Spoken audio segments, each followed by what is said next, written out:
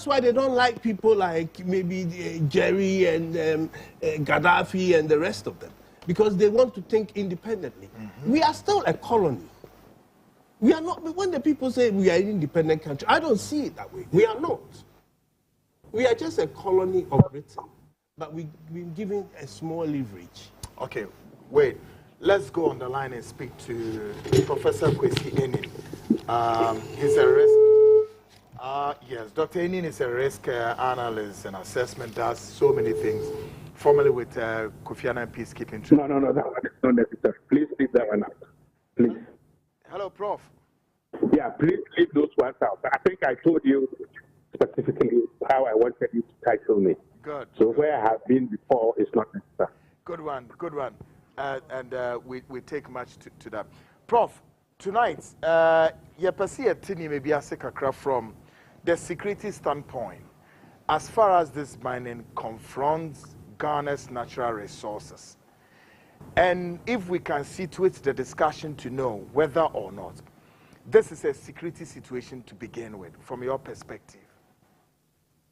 Well, it's posing an existential threat to the country.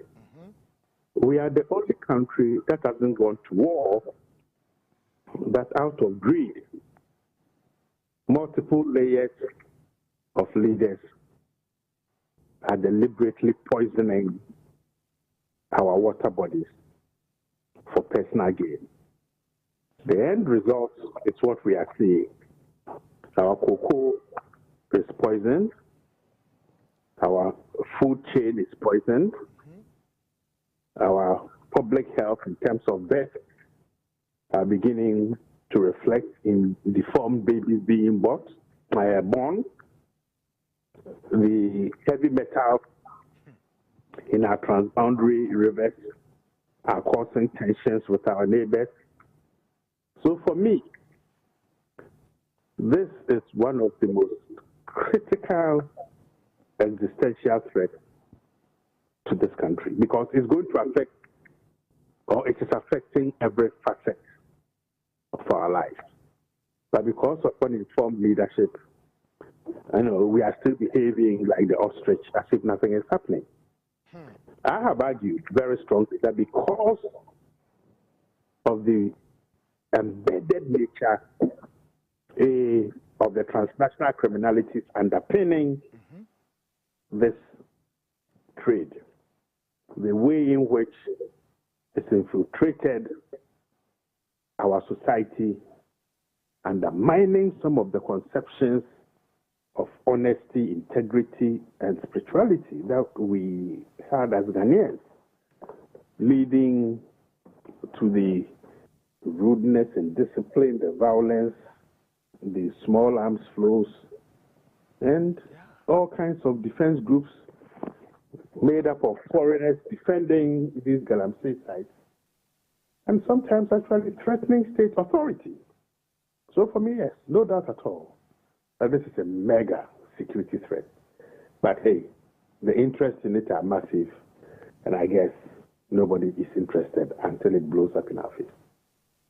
So then, from your analysis and perspectives, Doc, you bit me say, then the national security in charge of the state's architecture and also all of us, would you therefore nail it right on the nail that they failed? No, that's not my job. I think you and every other Ghanaian knows when we travel in this country, the state of our rivers. It's not for pretending to say somebody has failed. I don't really give a damn. No, everyone must have a responsibility. You see, when people are hypocritical and want to keep quiet because they are benefiting, when people lie, when people see that their drinking water is so filthy that they need to use alum, they know that their local chief has colluded with Chinese, Albanians, Burkinabes, and Indians to do what they are doing, and they want to keep quiet. To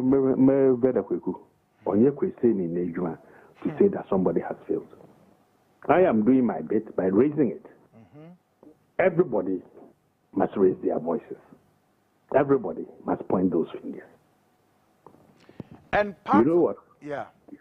We've been so hypocritical, thinking that somebody must do somebody's dirty job. Okay? When ministers say, oh, we are calling an emergency meeting, I've called 16 ministries, who do they think they are fooling? Because every single river, with the exception of the Volta region, is filthy. It has become like a pampa.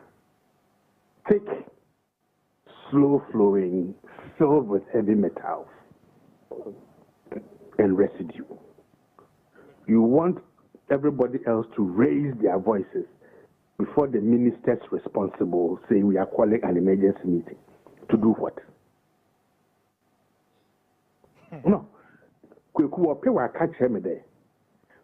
V8, no. One glass is so dark there. Or when they fly, they are so busy reading their ministerial notes that they don't look out of the perspex glass in the plane. Yeah. When those to whom our future has been given in trust are so damn incompetent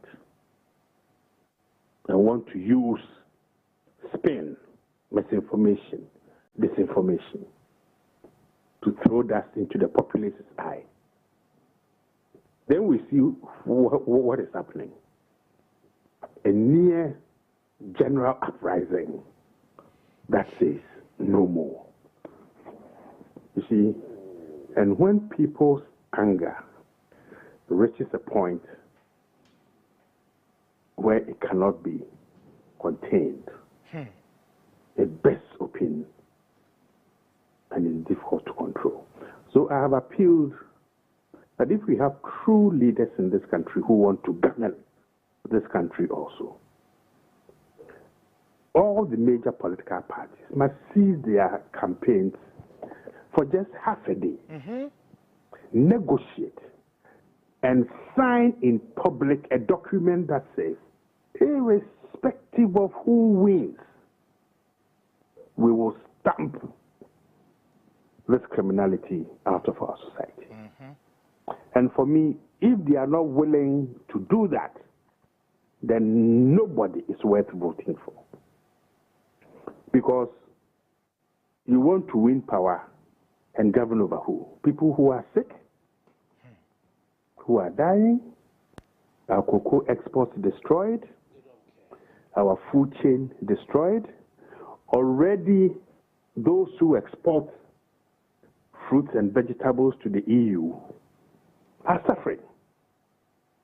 It only takes another max 2 years or so for nobody to buy our cocoa.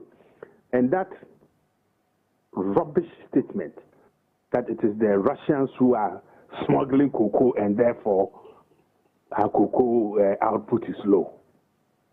And eventually we will say, it is the devil that is doing Galamsey.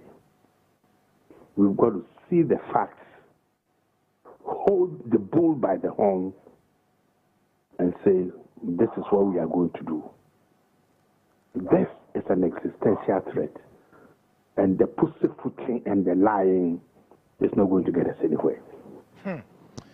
Kwesi, the existential threats, then I'll zero into an exercise you have done even in the previous, and that's the influx of small arms and light weapons, and this time I can say quite an offensive weapons going into the mining side, pump action guns and what have you. And later on, if it's not about mining, and these people holding these arms and what these arms would tend to do to the citizens. This is a clear existential threat, correct? But Kweku, you know and I know that when I did the last baseline survey in 2014, you were threatened by people from the seat of government. I was threatened. Although that document was a government-supported and Japanese-funded program research, to look at the extent of small arms availability in this country and the way it is threatening our lives. I'm undertaking a new one now, but when we did a 2014 one, Mali hadn't collapsed, Burkina Faso hadn't collapsed, Niger hadn't collapsed. These powerful, violent extremist groups were nowhere to be found. So when I finish this report by January, are they going to shoot me now for telling the truth? The challenge that we face, Kweku, is that those in authority know what the problem is. They know those who are involved. They know the levels of collusion, of illicit financial flows, of the guns used to, protect these sites, and the smuggling through false certification to get the gold out. Look, probably I need to come into your studio one of these days. But we are sitting on a ticking time bomb. When you add that to this, the availability of small arms, you add that as you travel around town, the frustration of the youth, okay, then we have the perfect storm beginning to brew. So, my brother, we are in such serious crisis. What I cannot tell you is what will tip over or tip us over into a social conflagration. But what I know and I can tell you is that both parties are not sincere about stopping Galamsey. Now, Kwesi, let's look at this, that now stakeholders have joined hands with a clearing call asking or telling the president to call for a state of emergency, ban all mining activities. That's okay. But come back again to the existential threats you say.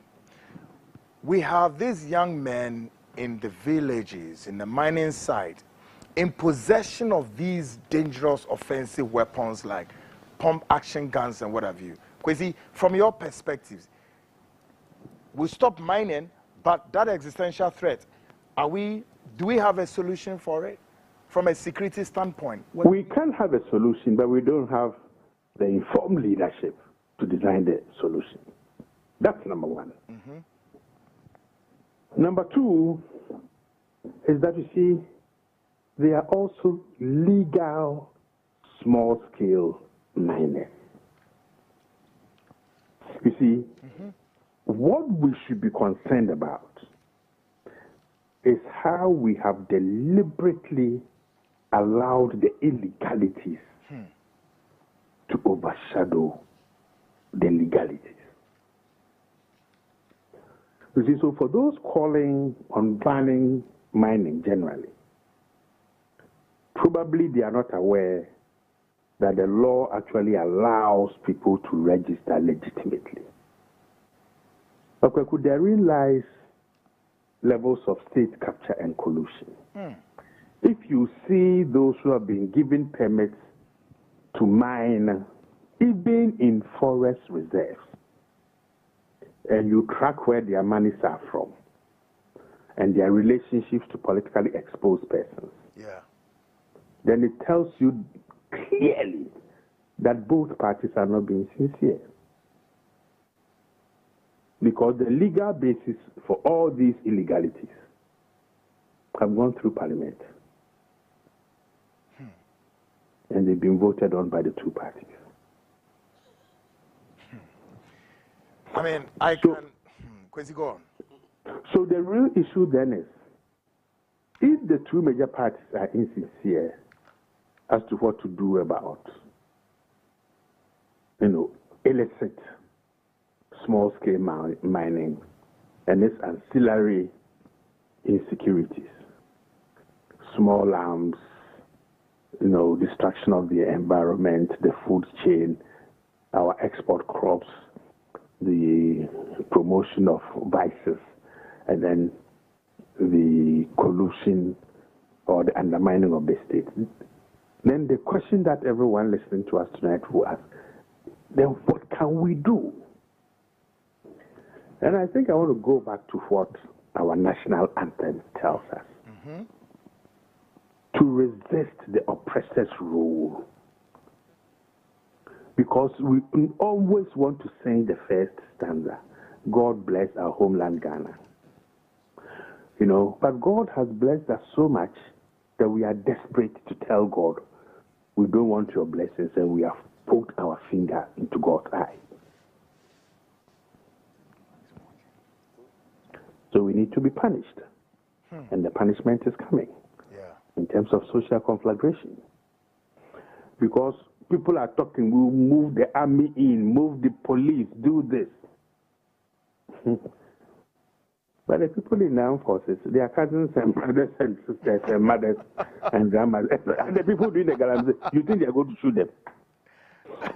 So the assessment of the security threat itself is inadequate, and the suggestions inappropriate.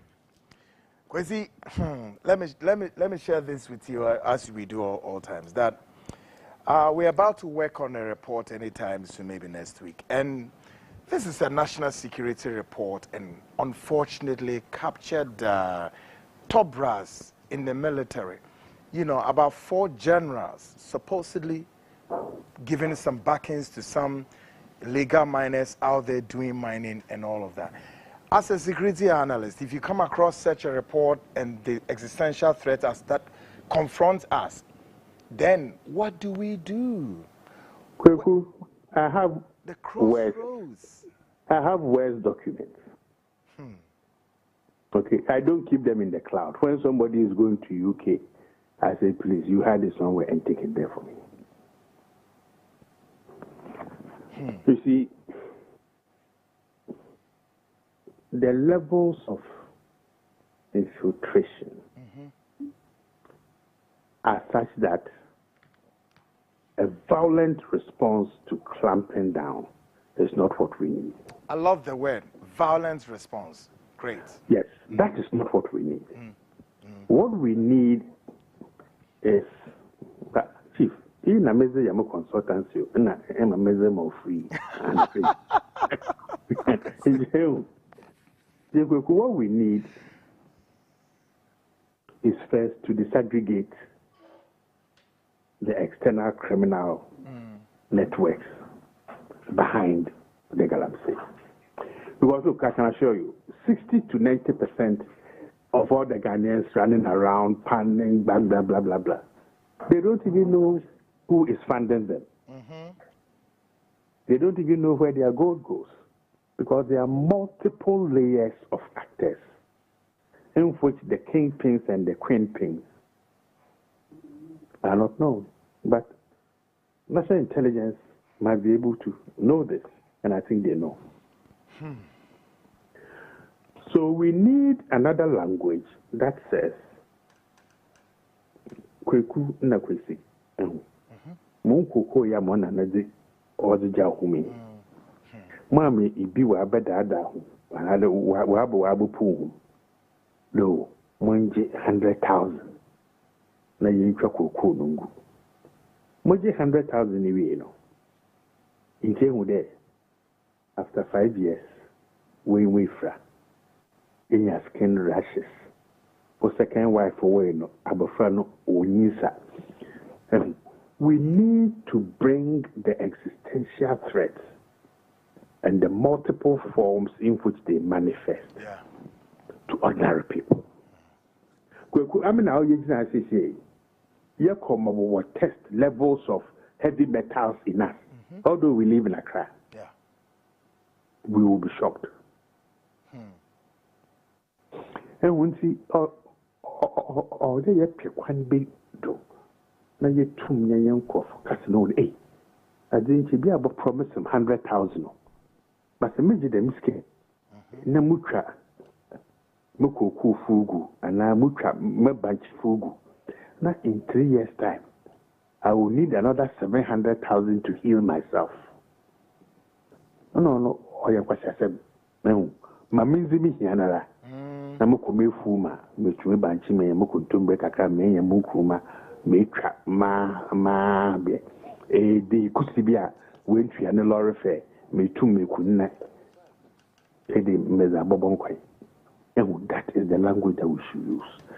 Simple, dialogic, open, trusting, cooperative. The map of apartheid emergency meeting, emergency what? Prof Pataro, Kwesi. No, now more yam yelp when you say there. You who brought now watch on semicolons are wrong, colons are wrong, commas haphazardly placed, apostrophes. The language is bad. It's kind bad. of. It's for saying I like it so much. Agroniform. So you pay that a human ye more ye meant in Taseba. It must be holistic, inclusive, and dialogic in a language that our people understand and using formats that they respect. Otherwise, next year by now, we will be having this conversation and we will now be buying water to cook and to brush our teeth. Charlie, serious. Kwesi, before I let you go shortly, make a sense of this, or maybe your security lenses might have lay hands on whether or not there is the geopolitics, if you like, the foreign exploitation of our mineral deposit. How many years down the line? And if that also poses existential threat to the situation, should we be cared? Should we care about it? And those foreign angles, at the same time, trying to help us navigate out of the forest water bodies. What do you make of that? Kwegu, there is no free lunch. That's number one. Okay.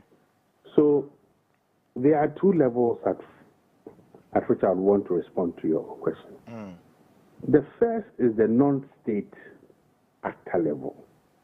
So when I talk about Albanians, Burkinabes, Chinese, Indians, Turks, and others involved in the business, they don't necessarily represent their state. Now, that is where we need to ask ourselves, so how do they take the gold out? Who buys it? How do they get, if they get documentation to cover it before they take it out? How do they get a documentation? And this, to me, reflects the levels of state collusion from the Ghana side. Yeah. The second level of concern is where the big companies to come in and to say, look, we want to invest, blah, blah, blah, blah, blah. Now, they will do that investment. Of course, they are looking for profit. And we've had a lot of these companies here, and we've had very limited benefit out of their presence. And we see what we truly do need to make a change is qualitative leadership from our side, in which Enterprise Ghana is the lens through which they look to negotiate, to take decisions, and to implement. Yeah. Right now, Enterprise Ghana is looked at in the context of what do I benefit personally.